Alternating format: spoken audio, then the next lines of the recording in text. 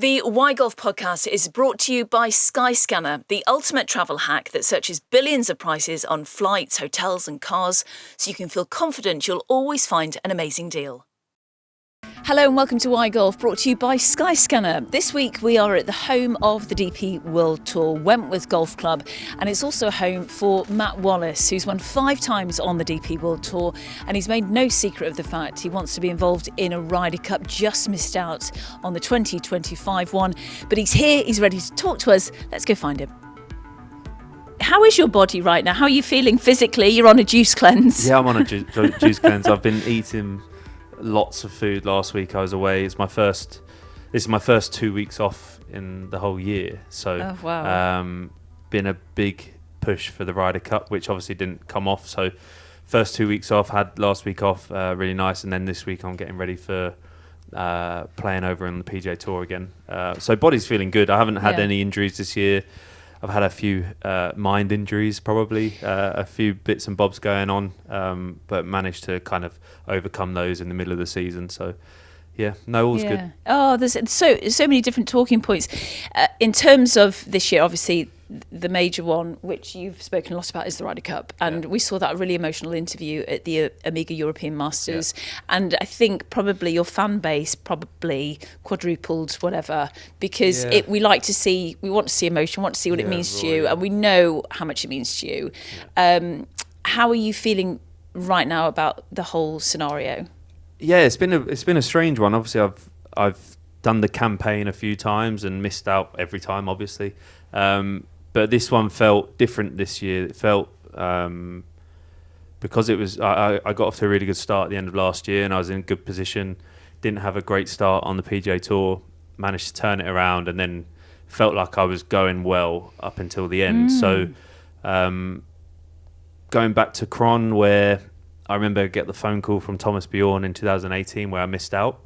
I then losing a playoff up in Cron a couple of years ago. And then I won it last year. Won, yes. And then I was second this year. So I've had all the emotions in Cron. I mean, it's a place where, you've really felt every emotion. Everything. I felt every emotion. And then obviously got the phone call from Luke again after finishing second this year in my defence, which I was really proud of, really, really proud to give it my all and then get the phone call from Luke. And it was. I had the phone call after I did the interview, so it wasn't before, and then the interview came about. So Luke saw the interview and was obviously was good to me. It was nice. Just again, you come up just short. If you don't make it automatically in these sort of things, you're left to someone else to make that decision. So how do I feel about it? I feel disappointed. I feel like I could have played a bit better throughout the middle of the season. Which would have put me in a better position, but this really hard. It's cutthroat. So. It is, and having those ifs and buts is you're always going to have those in the back of your mind. But ultimately, you gave it 110% and did everything that you thought was possible, and just brilliant performance, finishing in that second spot at the Amiga European Masters. Luke, how many hours after did he call you? I was back in the hotel, so it wasn't too long after. But I mean, it's a really difficult thing for him to do, isn't it? I try and put myself in his shoes to go, how long do you leave it? Do you just get it done? It's a hard situation. It's probably about half an hour after I did that interview where everyone knows me as I'm an emotional guy. I'm not going to lie about anything. I'll tell the truth to any question that's asked of me. What was interesting was Gabby was asking me the questions, and I knew Ryder Cup would come up, but I didn't expect myself to react like that. Yeah.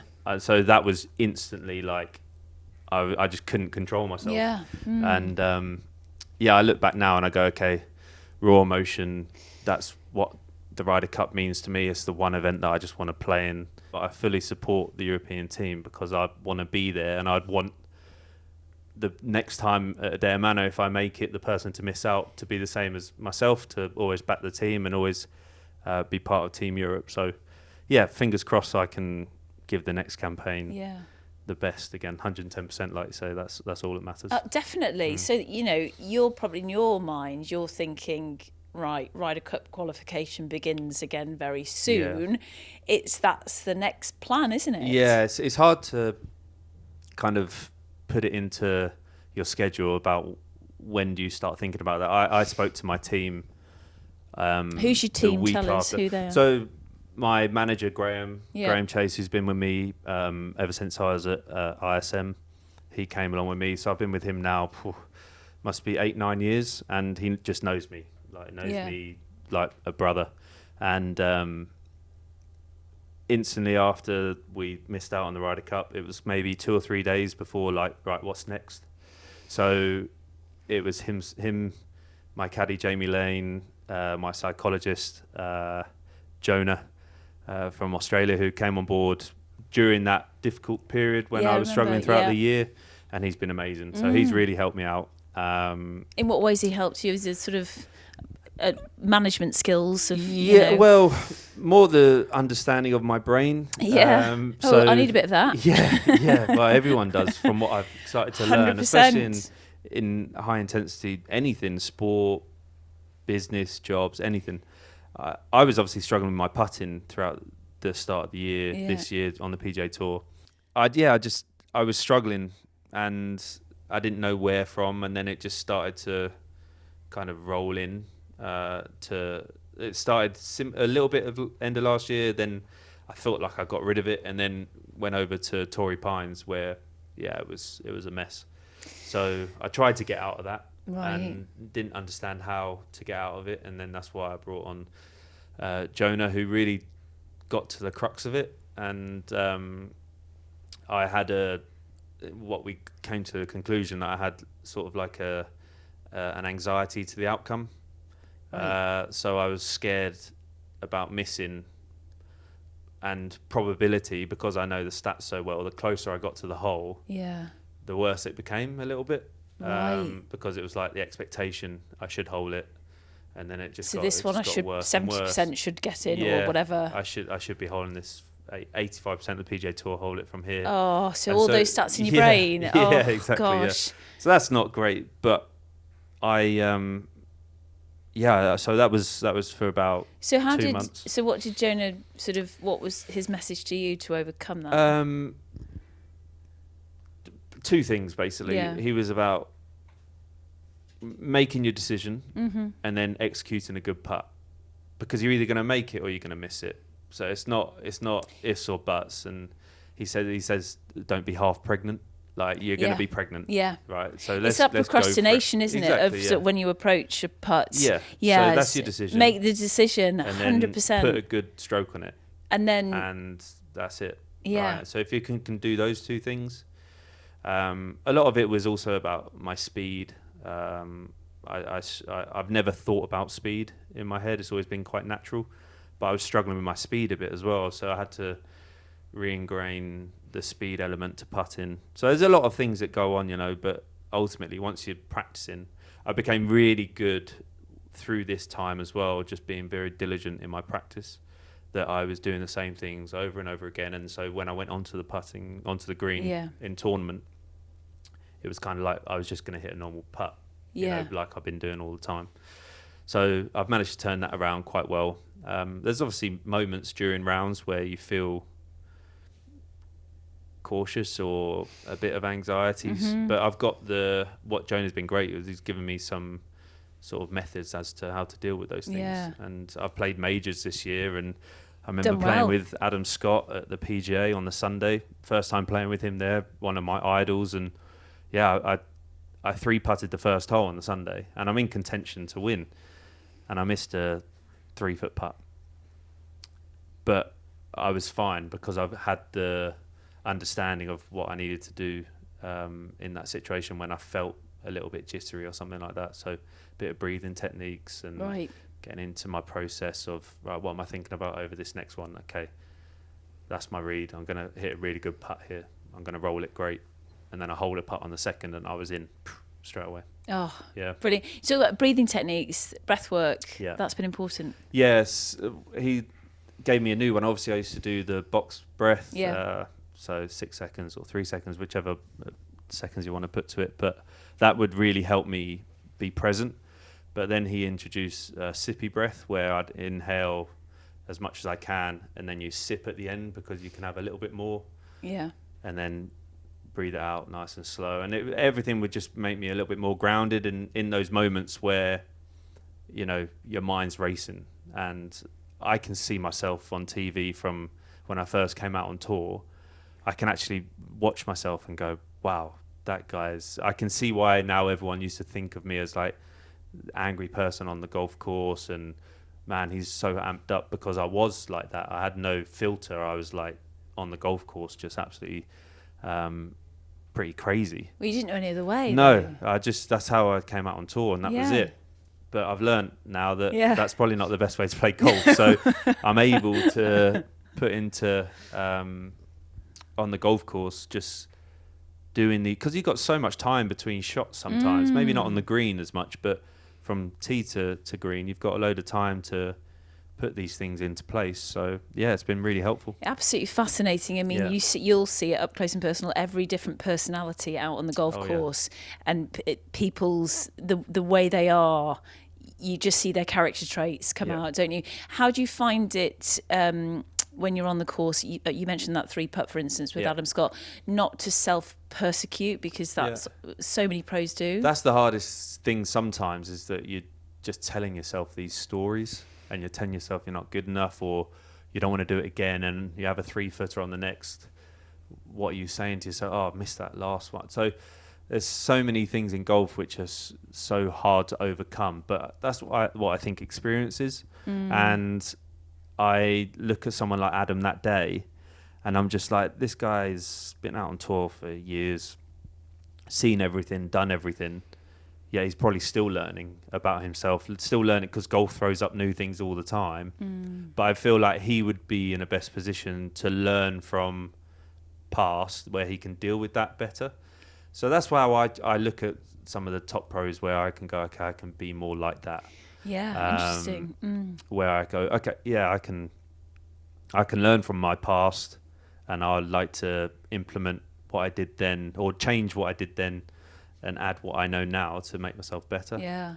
And that was a great learning from me. And I'll write those things down in a book, and I'll go, okay, yeah, I remember 3-putting the first hole, and then going through that process over the next putt and holding it, and then I had a decent day, finished 17th, but that first 3-putt could have derailed me 5-6 years ago, where I don't have these new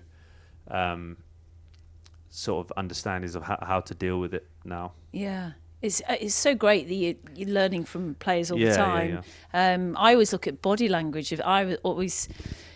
It's so remarkable when I see players walk on a first tee. For instance, what comes to mind, Solheim Cup and the girls walking on. And I mean, I played very junior golf, Cheshire golf, whatever, county golf. And I was always panicky and flighty, and they walk on with such demeanour and presence. And you see it in the men's Ryder game as well, Cup, that presence of body language. It's so important. Do you think about your body as you're walking onto the tee and how you hold yourself? I don't personally, which probably is another step that I possibly could do. Well, I'll just take 10%. You have to teach me what I need to do though. Shoulders back. Rory talks about it a lot, and he talks about looking above the horizon and everything. And Rory's got that quite bouncy step, and you'd say he's quite a good golfer. So maybe he's I should all right, try and isn't follow he? him. He's not too bad. What have the guys been like actually? Since do you have a best mate on tour? Anyone you hang out with? Yeah, it's difficult to have best mates, I'd that say, you want to beat the whole time. Yeah, that you compete against all the time.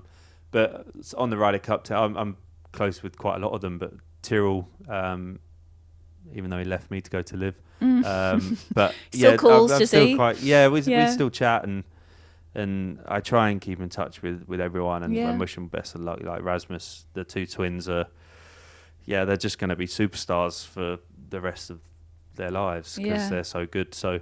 But I've seen on your Instagram, you get responses from like Rosie and people saying lovely things. Justin's like my mentor, I'd say.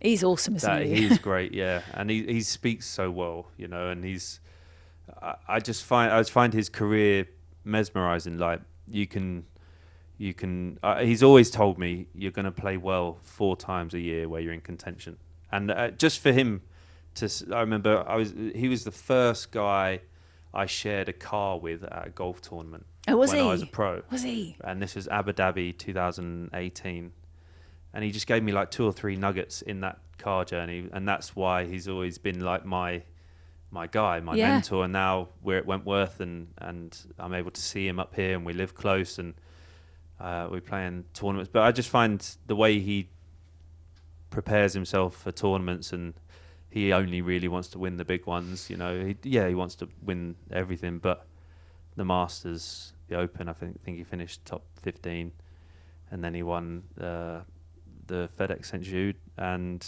he's in the Ryder Cup again. You know, and I wouldn't be surprised if he's there at Adare playing in 2 years' time, you know, again. So well, he's got his hyperbaric chambers and all sorts, hasn't he? Well, yeah, have you been in his not a Winnebago? Have you been in his truck? I haven't been in it, but I've seen it. Have you? And, yeah, he's an old man, so he needs it. I can't big him up too much, can I?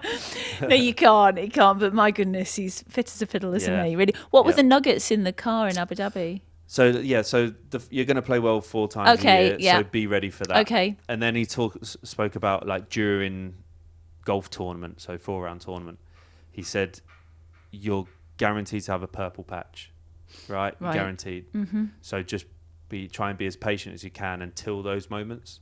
It's hard to do that because obviously if you're around the cut line early in the first 2 days, it's hard to stay patient. But if you can then make the cut somehow, and then you're going to find your purple patch. So he normally talks about like 9-10 holes. So yeah, a little running joke between us is always about purple patches. Oh, is it? But some people don't understand it. They probably think we're and it's an in joke. Yeah, exactly. It's quite fun to have an in joke with Rosie. Yeah. Oh, awesome. Listen, you've had a really fascinating career because you came onto the scene, what was it, 2016?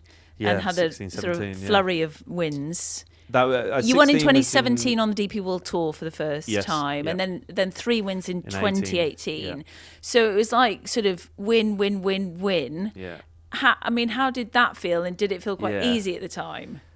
Yeah, so I don't know how, but ever since I was on the Alps tour and I was younger, obviously it's slightly later bloomer compared to some of the youngsters that come out on tour. But when I did spent you start 4 golf? years. I started when I was like 8 and 9 years old. Okay. But I played all sports. My parents were both PE teachers, very sporty family. But I played all sports, and then golf kind of took over when I was 16, 17. Had a couple years out because I didn't really know what I wanted to do. And then I went over to university in America for a year. To Jacksonville State in Alabama, the middle of nowhere. But I think my parents wanted me to do that, so then I could stay out of mischief a little bit. Oh, really? Having 2 years out, I didn't really do much. I played a bit of golf, and I worked at a clothing company, which allowed us to go out and party for a little bit as well. Was that was quite fun? Yeah, it was fun, but it was pointless. Like, there was nothing. There was nothing for me. Did you get 20% off clothes or something? I got a lot. Okay, great. So you look good. Yeah, I look good, and but there was no end there was product no point for me. Yeah, exactly. What is the point? But I guess I enjoyed myself. But also my friends at the time, just finishing university, getting houses, moving out at home, and there's me at home with my parents going, "What am I twiddling my thumbs? What am I going to do?" So managed to find a college that would take me, and then I was playing some decent golf over there. But I wasn't.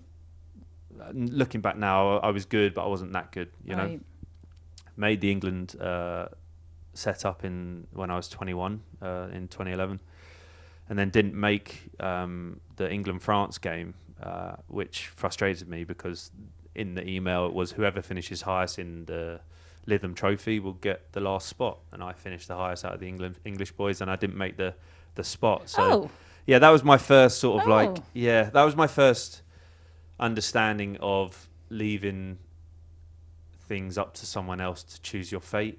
Right. That was like my first real dealing with it. I had it in cricket a little bit, but that's what happens in team sports. So turning pro was my next step because then no one was in control of my career. So I turned pro, and then I spent 3 years really grinding on the Alps tour, not really doing anything, keeping my card, but never really taking that step in the top 5 to get my Challenge Tour status. Yeah. And then I changed my coach to who I still have now. We've obviously had a bit of time apart, but back with Matt Belsham. And we won 6 times on the Alps Tour in 2016, which was 6 kind of, times. Wow. that was pretty, Some kind of record? yes, quite a strong record It's there. still there. It might last for a Yeah. while. But that was great. That's incredible golf. Yeah, I played. What did Matt say to you? I don't know. What's he we need to say? revisit that, don't we? Yeah. No, I knew I was good enough to win there. My technique let me down. That was I knew what I wanted to do. I feel that's what I knew what I needed to do. I needed my technique to, under pressure, stand up. Right, And so whenever I struggle in big tournaments, I know it's due to my technique because mentally I feel pretty good. And I can deal with it a lot more than some people. Some people it gets to them a little bit more. It does. Whereas now I feel like I can deal with a lot of situations, and if my technique is good enough, I can deal with the pressure. So, yeah, 2016 was a big change. Gosh, yeah. And then 17, I won a co-sanctioned event, which I got an invite for. I didn't even qualify because it was half the European Tour, half the Challenge Tour. And then I won that to get myself onto the European Tour within 2 weeks. Amazing. I remember. And then Yeah. 2018 was just a brilliant year. Yeah, won 3 times. And looking back now. Oh, I just keep winning. Yeah. Oh, it's so easy. Golf is so easy. It felt as though I missed a lot of cuts that year, right? And this is So where I you're felt like fluctuating. I got the reputation of being a little bit too brash, too hard, Right. because I couldn't understand how I could win and then miscut. I just didn't understand the ebbs and flows of it all. Yeah. And Want to be good all the time. yeah, I wanted to be good all the time. So I was kind of a little bit too hot-headed and a little bit. I didn't get the understanding of failure. Yeah. So that was a big learning curve for me in 2018. And then 19 was probably my best year statistically that I've ever had. I didn't win once. It's amazing how my career's gone. And now I feel like I'm in way more control of my emotions and dealings with things that I can, miscut stings, yeah, and it hurts, and not playing great hurts, but it's what happens. Yeah. And I always remember what Rosie says, you're going to play well 4 or 5 times. Yeah, it's wonderful how these things can help you so much and just change your perspective completely. The Why Golf podcast is brought to you by Skyscanner, the ultimate travel hack that searches billions of prices on flights, hotels and cars, so you can feel confident you'll always find an amazing deal. So you play on the PGA Tour, and the crowds are quite different to playing in Europe. Yeah. What do you expect from the crowds in America? What will the European team face? I think Luke's done a great job. Obviously, I was part of the whole process up until the final decision to who's going to make the team. So I've been part of the process to know that Luke's done a great job to prepare everyone for what's going on. When you say you're part of the process, so you've spoken to throughout the year? There were emails. We did right. events where we all got together and did bits. So no stone unturned from the European point. So anyone watching, you know that Luke's done everything possible to make the team ready and to go and win. Because as Rory said, it's probably the hardest thing to do is win an away Ryder Cup. But the good thing about this team is the continuity of from the last time, apart from Rasmus changing out for Nikolai. But Rasmus was there driving the cart around, so he gets it. I was there working as well. I was working, doing some commentary there. So I wanted to experience it. So then if I did make the next one, I heard I kind of understood you were great. it. Thank you. Yeah, did you enjoy it? Yeah, I did. Doing the commentary. Yeah, it's hard though. Yeah. It's hard. We've got really tough jobs. And you're very good at it. And the bit that I struggled with was Schauffele and Scheffler. Oh, I know. Right? I think that's always Scheffler. Yeah, yes. I get it wrong. I got it wrong a lot, but it's nobody knew because it was radio, so it's fine. You're brilliant. Yeah, thanks. Yeah. Oh, dear. I sometimes think that no one's watching. Yeah, we can get away with it just with a few facts. You just know deep down. You do, and at night time you go home and you think, I got that wrong. Yeah. But no, being part of it, it's obviously whetted the appetite, and I'm sure Adare Manor, 2 years' time, we're crossing fingers and toes for you, Matt. But we're really excited to see this European team. Just thinking about your going back to bursting out onto the scene, winning, then winning again in Cron in 2023. This sort of roller coaster existence on tour. You feel like you're in a pretty pretty good place now mentally. Yeah. Would you have goals that you set yourself for the next 12 months? I mean, have you looked at your schedule now? Yeah. Because you're off to America, aren't you? Yeah, I didn't finish before what you're saying about the team and stuff. So, yeah, speak to my team, and then we're going to come up with what's next. So this next period is obviously until the end of this year. Yeah. And then once this year's finished, then we can go again. So I don't like those shorter term goals. I like quite longer term ones. And then if I can, because they're the things that get me up in the morning. So Ryder Cup this year was, I've never felt the energy like that in my body every single morning. It's hard to describe to somebody, isn't it? I mean, so we can only imagine. Yeah, something that you just want to achieve in life. Adrenaline rush as well. I would be in the gym with my trainer, and he'd just say the word Ryder Cup, and I would just get this adrenaline rush. Yeah, and I'd be pushing hard, and I would get through the pain barrier. Just because I know if I'm doing it, it's a step towards it, and it's like those extra bits. So, but then again, I kind of double guess myself sometimes. Do I think about it too much? Do I want it too much? But I've spoken to enough people to know that you can't want it too much. You know, you can't want something like the Ryder Cup too much. So, I see the way that Shane is, and when his first one, and lost the last one, the first one that he played in, and wanted to get back so bad at Rome, and he got it back. And look at him, like now he's wants it so much. So yeah, those sort of things are the reasons why I have these longer term goals, are the reason, so that I can wake up in the morning and focus towards something. And do you feel like that team environment would give you something that you've not had before? Yeah, I grew up playing team sports, and I loved them so much that I've craved them since school and since growing up playing all these sports, cricket, hockey, football, rugby, just wanting to be in that environment. And so like the team event in Zurich when I played with Torbjorn this year, and I love it. You know, it's just another partner that you can bounce off, or another caddy, and just get that energy. The energy is just double, you know, and I'm guessing at Ryder Cup it's way more than double, you know. It's sharing an experience with someone, isn't it? It's just like nothing else. When we won in Cron, like to share that with Jamie, my caddy, and Graham, who was there, and then you share it with your family. It's like, that's the best feeling you can possibly have as a professional golfer. And there's professional golfers that go their whole career without winning. So I do need to recognise that. But as a Ryder Cup, I don't know why, but I think that's why it's higher on my list than, say, a major. Yeah. That major is an individual aspect, and I'd love to win one, of course, and I want to be in contention for some majors coming up. But I think a Ryder Cup is the one that I want to experience the most, because it just gets that energy inside of me higher than anything else.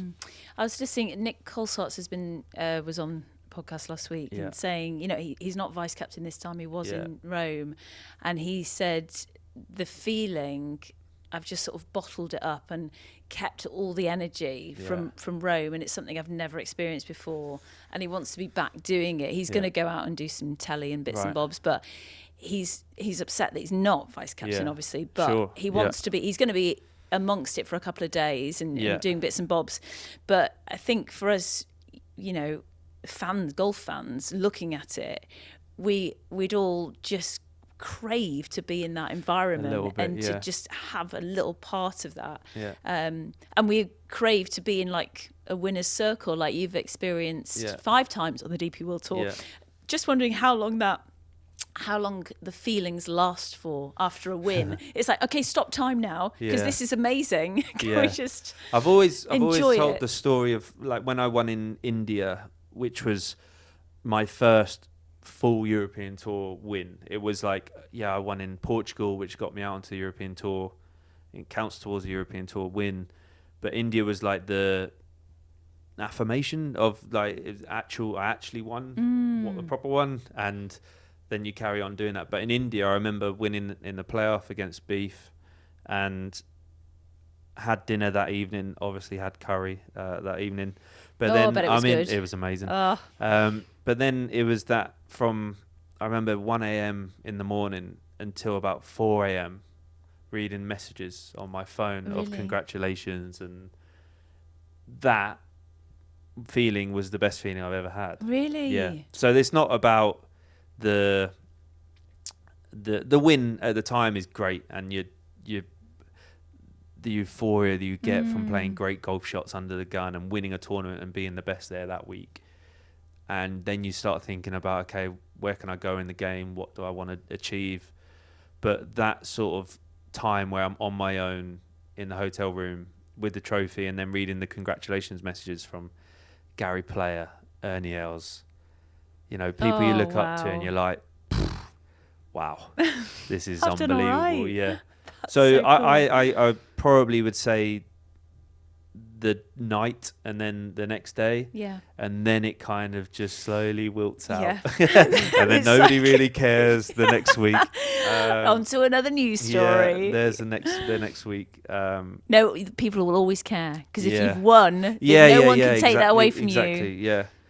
I think if you play the week after, then you kind of get over it a bit quicker because you're into another tournament.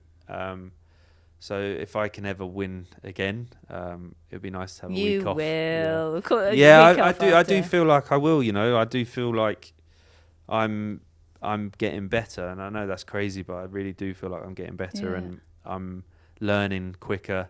I'm understanding situations way better, and I feel like I've got a pretty good beat on a lot of things. I just need to keep working hard and keep finding those long-term goals that I can push towards, which help me try and get better. I think a lot of people see that development in you, massively so, especially this year. It's been great to watch. Yeah, thank you. And also to show the emotion. And the BMW PGA, you played here. Yeah. Played in the Pro-Am with some mates of ours. Yeah. Who did you play with, Phil? Yeah, played with the captain this year, Brady. Ex-captain Phil Leonard, and Jane, who's the lady captain. And then John, her husband, is the vice captain. So, had the whole group. Yeah, the whole group, and but they were great. Supportive network here. Amazing. Yeah. I still think it's the best golf club in the UK. So apologies to everyone else, but That's I still think it's the best golf club in the UK purely on the fact that everyone here absolutely loves golf. I don't think you can go to a golf club where everyone loves golf so much, and it's the best. And all I ever want to do up here is give them something to cheer for, and if I can somehow get into contention at PGA at some point, I know the crowds will be unbelievable because I hear them and I see them. And whenever I play a golf tournament, you can see people, but you can't see the faces. And I don't know if it's similar to you when you're doing something in a huge audience, but you see people, but you don't see their face, so it's like a blur. Yeah. But during Wentworth week, I can see the people I know. And so it's like the support I get here is really special. And it's a really cool place to be a part of. And having that backing as well also buoys you on, doesn't it? And makes you want to, as you say, be in you want to give contention. something back. And they support their champions amazing. So Alex Noren won this year and for the second time. And the support that he gets, I know he's a good friend of mine. He's the one I didn't talk about much, but he's a really good friend. We talk a lot. And the support he gets from the club is really, really special. Oh, that's really good to hear. Yeah. Just going back to your parents, your dad he was a rugby player, played for Wasps back in the day. Back in the day, yeah. Wasps Rugby Union Club, and your mum was a PE teacher and very sporty. Very sporty, yeah. Triple jump and hockey, field hockey, yeah. Brilliant. Yeah, very cool. She taught me how to play hockey. I remember going to Aldenham School, doing their sports day to get my scholarship that I needed to play hockey for. And I remember she was teaching me in the back garden the day before the sports scholarship day, and obviously I was hitting it with the back of the stick, like just moving it, and she's like, no, you can't do that. I was like, what do you mean? So she taught me all the moves, and ended up being captain of the school 3 years later. Oh my goodness. Yeah, I somehow picked it up, but she's a great teacher, and she was very good at what she did, and we had a great team, and it's a really good sport that I think is an energetic sport, quick, fast, aggressive. It is aggressive. I got smacked in the face when I was I was reserved for the first team. I normally play for the second team at school. So you weren't even playing. I wasn't even playing, and the ball ricocheted from the top of the D, and I tried to avoid it. Oh, and it went straight into it. Smack into my cheek. Well, you can't went really straight see to it. hospital. Well, thanks. I always prefer the camera this side. Went straight to hospital. It blew up.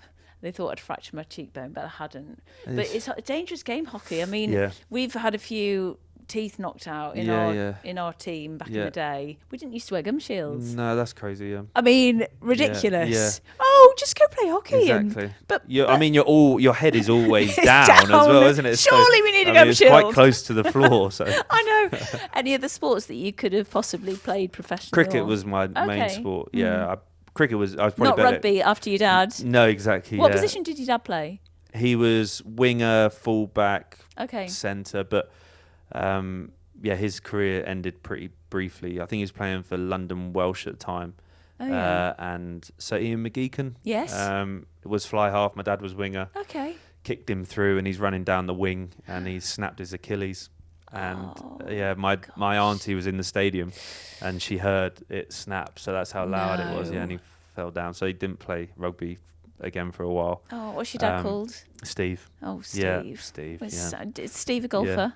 Yeah, he loves good. it. Yeah. I mean, the problem with my dad is when people know he's my dad, he's quite aggressive on the golf course as well. So they go. I've got to tell him, Dad, you can't do that because then it likens me to you. Yes. And, I'll see where he gets it from now and stuff like that. So no, but he's really good chipper. Okay. And he's had a few back operations, so his golf's kind of gone like that as when he's got a bit older, but he still loves it. Still gets out to the golf course pretty much every day. Oh, does he? Yeah, he really enjoys it. So, and it's good for my mum because he's out of the house. Okay, so it's good. Does she not play? She doesn't. No, because she doesn't want to be around my dad. I think so. I think we all need time out every now and then. Exactly. So you could have been a professional cricketer, though. Well, I feel like I could. That could have been another route to go down. Yeah, my caddy Jamie, whenever we play with cricketers, and I'm quite close with a few of them, played with Johnny Bairstow quite a bit, and my caddy goes to Johnny, you're lucky he chose golf because you wouldn't have a job. That's basically what he says, and it's nonsense. But yeah, I really enjoyed cricket. I was wicketkeeper batsman, and I loved it. I really, really enjoyed it, and again, that team environment. Quite individual at the crease when you're batting, so kind of like that aspect as well, where wicketkeeper you're always in the game and it's a team environment, but cricket, as a batter, you have to be quite selfish, and it's similar to golf. But golf was always like my release of anything I put into the game, I would get out, rather than in cricket, anything I put in, we could still lose, and there would be people that didn't care as much as I did, and so that would really irritate me. So yeah, I'm sensing you're liking the control of things, but you're letting go of control. Yeah, control. I liked the control of what I did, and then I would get the result from that. And I just didn't enjoy, like, it was say school football. Like nothing that really actually mattered. I'd lose a few friends over it because I wouldn't understand why they wouldn't train as hard as I did. Got you. Because ultimately it was for our best interest, was just to win and play. Makes no and play sense. Good football. Why you're not training as much? Yeah. But they had a bigger picture where it was like, this doesn't matter to me. I'm playing football to enjoy it. So yeah, I understand that now. Yeah. Whereas at the time I didn't. But then that led me into golf more, where I would go and practice loads.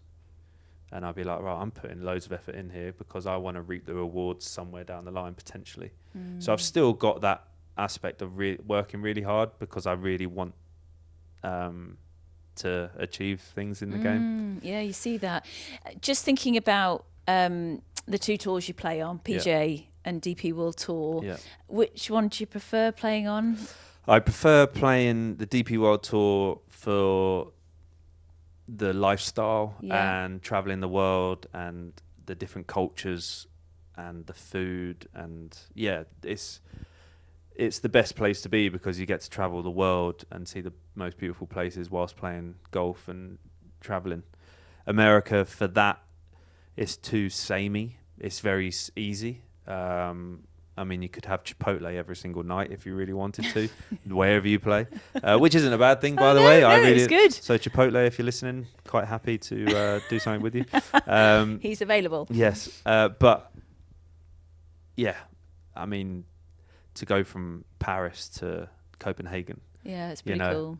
That's a real good lifestyle. So I'm very lucky in that sense. Culturally stimulating. Yeah. So and you're excited, you know. Sometimes I'm not as excited to go to some spots on the PGA Tour, but inside the ropes on the PGA Tour, there's probably nothing better. Condition of the golf courses, the competition, the fans. It's pretty special over there. And at the moment, just thinking about, you mentioned food and DP World Tour and going around Europe. You can't eat at the moment. No. Because you're on a juice cleanse. I'm on a juice cleanse so for you've a few got days. Coffee next to you. Yeah. How's the juice cleanse going? And are you enjoying it? Terrible and Awful. no. I think that's the. Sounds no fun. I'm not sure I will ever agree with someone who goes, yes, great, and I love it. How many days is it for? 3. Are you doing it with Emily, your partner? Yeah. Right. So a 3-day cleanse. I know she's very disciplined. She'll very, stick to it. She will. Will you stick to I'm it? adamant to stick to it for the next couple of days. So what have you got to look forward to tonight then? Oh, another lean green machine thing. Sounds good, right? You just showed it me before. It's kale and celery. Kale, celery. Yeah. I mean, at least there's a little bit of lemon and ginger in there. But no, it's not. There's no joy right now. Can I just say, the reason we're doing it is because we've just come back from holiday and eating our world in meat and fish and everything. So it seems the right time to do it and get ourselves mentally back into the game, and then we'll have some food at the end of the week. Yeah, listen, I like the way you operate. You go for it. Yeah, you and Emily enjoy life. Yeah. Go and enjoy your holiday. Exactly. And then come back and persecute yourself with a juice cleanse. Yeah, exactly. Just absolutely destroy ourselves and for another few days. Be a bit grumpy with each other, and then you can go back to normal Do you know what? eating. I don't know why. The decision was made on the final day of the holiday. And it was like... Did you order it together? Yeah, to have it there the next day. So... It's like Amazon Prime delivery. Exactly. It was kind of like... torture yourself having such a great time. I love it. You've made me giggle, honestly. Matt, we have got to that point in the podcast where we're going to ask you 3 Clubhouse curveball questions. Okay. If you could play a 4-ball with 3 Manchester United footballers, past or present, who would you pick? Very good. Because you're a Man U fan. Yes. Well, I know there's obviously we've had a lot of them here at the BMW in the Pro-Am, and I've somehow, I don't know how, but we're friendly with Paul Scholes. Oh, yeah, awesome. Amazing. I played with Lee Sharp at the Belfry the other week. He was brilliant, great golfer as well, really good golfer. Plays every day, I think. But I'm going to choose people I haven't. I'd love to have a day with Sir Alex. I've never met him. I'd love to share wine with him. That would be great. Can I resort to saying David Beckham? Of course I you don't can. know. Yeah, Of course you I don't can. know if he plays. So I've never seen him like pick up a club or anything. Or Do you know, we're going to find out. do you know what I mean? Yeah, let's try and find out. So Bex, Sir Alex. Be interesting to put them all into a room together as well. Would. One more. Someone classy. Let's go. Yapstam. Yeah, good choice. Yeah, Like that. I'd like some stories. Yeah. Good something football. cool. Yeah. I reckon we could help out with this Do you Alex reckon? Ferguson one. Oh yeah. Okay, great. Yeah, definitely. Because he loves his golf. Okay, you've hit a hole in one in your career. This is a 2-part question. Did you buy everyone a drink in the Clubhouse? And if you could hit another hole in one at any course in the world, what would it be? Where would it be? So I did it at the PGA Championship at Belrive, and I bought everyone, the whole media and caddies. I put beers out. Oh, well done. Yeah, well I mean, done. You can't be that player. A PGA Championship major is hard to buy everyone around, isn't it? So I think I'll just stick to the media centre and the caddy lounge. Yeah, good stuff. I mean, if you could hit another one at any course, where would it be? Let's go the second hole here at Wentworth BMW. Yes. That would be nice. I bet you've almost done it then. I have almost, but I've never Yes. done it up here. Okay, well, wait until you do. And what's the most unique thing that we'd find in your golf bag when you're playing around? One thing my caddy will definitely say that's not in there is coins, because we're always scrounging for ball markers. On the first hole, he's walking down the edges to the fans. Anyone got a coin? Anyone got a coin? Is that Jamie? You won't. Yeah, you won't find coins in my bag. Nothing crazy. I mean, I used to have like a pharmacy in there. I'd have all the sprays. Would you? Yeah, but Jamie got rid of them. It's too heavy to carry, obviously. You'll just have backache. Yeah, it's fine. So, Mozzie spray. It's always in the bag. Oh, right, okay. It's a good one. God, Because I always you get need bitten. it. Yeah, you need Yeah. it. Yeah. The mornings at some places. Especially, in America? Mainly, yeah. And they get quite big, aren't they? Oh, big mozzies. Yeah. They look sort of, I don't know, they've been Can't be having those. industrialised or something. One little tip, spray it under the hat and then they don't come. Oh, okay. Yeah. Good to know. Ruins your hat, but Good whatever. to know. I've got a couple, actually. Best golf course you've ever played?